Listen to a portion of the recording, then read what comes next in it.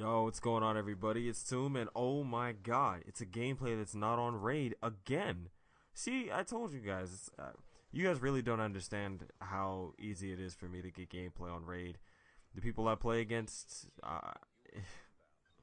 I think I've got like a week's worth of Raid gameplay, but you guys are going to be watching an 80 and 9 on the map Overflow. I'm going to be using the Warthog, the Lodestar, and the VTOL warship.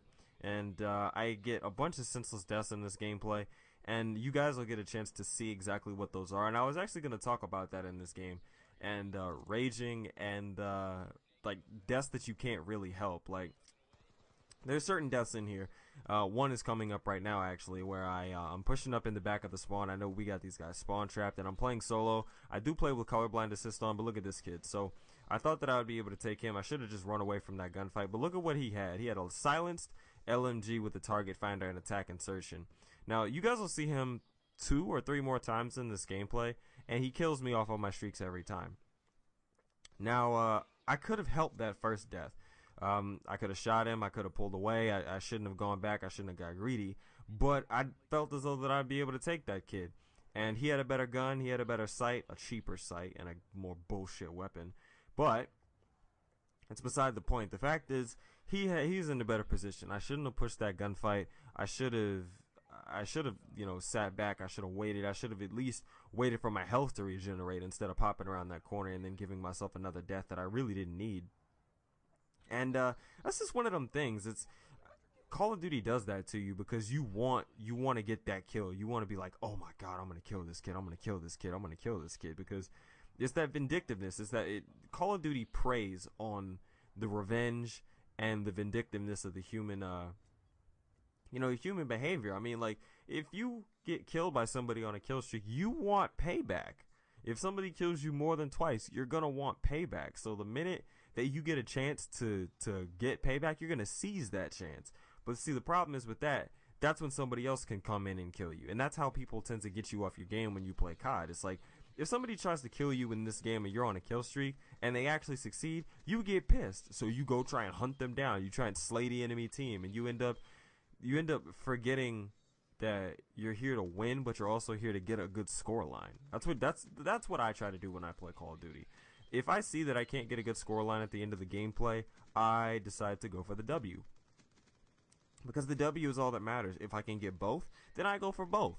And that's how you're supposed to play. You're not just solely supposed to play, it's like, oh, it's all about kills, it's all about this, it's all about this. No, you want to get the W. And you want to do it with the least amount of deaths as humanly possible. And that just goes into thinking about the decision making that you have to do in COD. I mean, I know that this is a basic arcade first person shooter, but there are things that you have to learn. Rush routes, where people are going to be, how the spawns work. There are certain things that you need to know when you play COD if you want to do well. And I kind of see how other communities look down at us. Like, I think it's funny how other communities look down at COD and call it childish, and how MLG and GB stuff is stupid.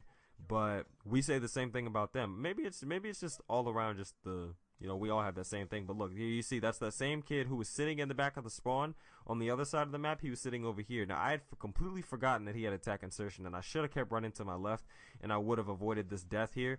But this is the definition of a bad player. This is a definition of a Wings of Redemption subscriber, or Wings of Redemption himself. He ends up losing a game because he sits in the back of the map with a target finder going 5 and 3 with 2 defends or freaking 2 captures. And here again, I was on another streak. My teammate blocked the door, and look who kills me yet again. Still sitting in the back of the spawn, still camping. And he barely killed me. See, those are those deaths that you can't avoid. I couldn't have avoided that death. I wasn't even thinking about that kid again. And then he's like 9 and 3. I think he gets one more kill at the end of this gameplay. My point is, there are certain things you can avoid, and there are certain things that you can't avoid. But those 2 deaths, I could have. And here you see me coming back here to murder this kid, but he's just sitting in the corner. Bouncing Betty, attack insertion. It's such a joke, man. But look. All you gotta do is think when you play. Think about people's routes. Think about where are people going to be? Where do people like to sit? And figure out a way to counter where they're camping. So I hope you guys enjoyed this commentary. I hope you enjoyed the gameplay. If you guys like my voice, if you guys like this gameplay, if you like my channel, go ahead and click that thing in the top right hand corner and go ahead and hit that subscribe button. If you want to see a previous video, click that thing in the bottom right hand corner. Don't forget to follow me on Twitter. I'm Toom. I'm out. Peace.